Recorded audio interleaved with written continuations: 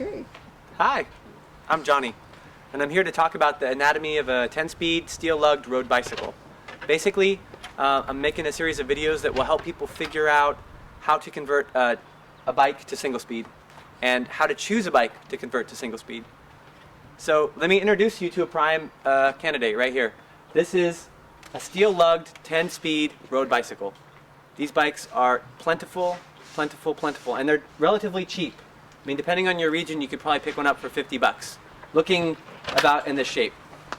So the ways that you know you're looking at a 10-speed steel-lugged road bicycle, which would be ideal for converting to single speed, are the noodle bar, right?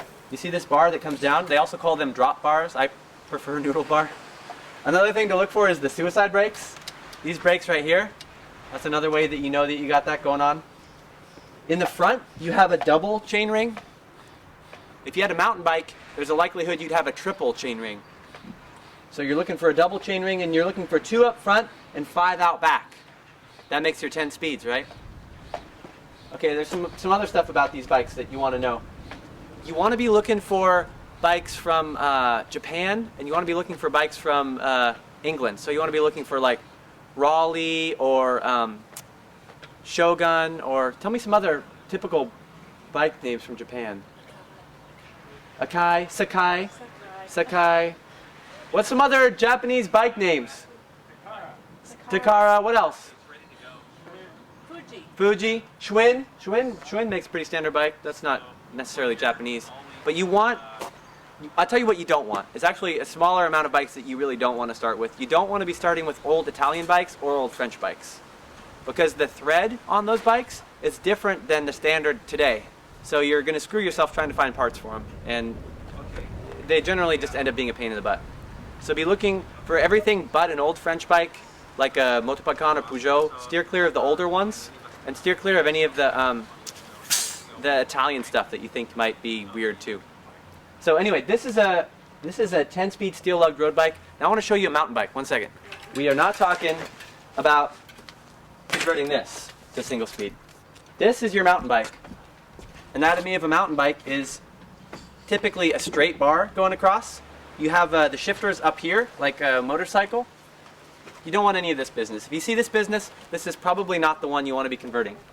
Another really important thing, and this is probably the #1 reason to not be trying to convert a mountain bike to a single speed bike, is the dropouts. Dropouts are super important when you're converting a multi-speed bike to a single speed bike. And this is something that people get really confused about when they're choosing their conversion candidate. We want to talk about vertical dropouts and horizontal dropouts. So when you're converting a bike, you have to have space for tensioning your single speed chain, where you're pulling the wheel back in the rear dropouts so you can get your chain tight when you convert to single speed. Normally when you have a derailleur, that spring inside there, that keeps your chain tight. But you don't have that on a single speed bike. So check it out. This bike right here is practically impossible to convert to single speed because it has what's called a vertical dropout.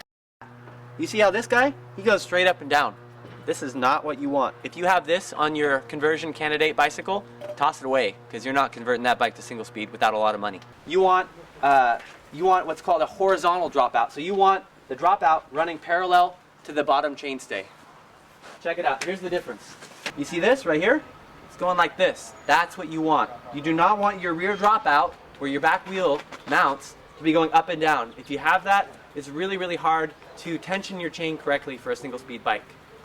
You can still do it. Like if you have a frame that you love, there's still some possibilities for doing it. You could use an eccentric bottom bracket, or you could do half links on your chain, but you're really getting yourself into more of a project than you need to.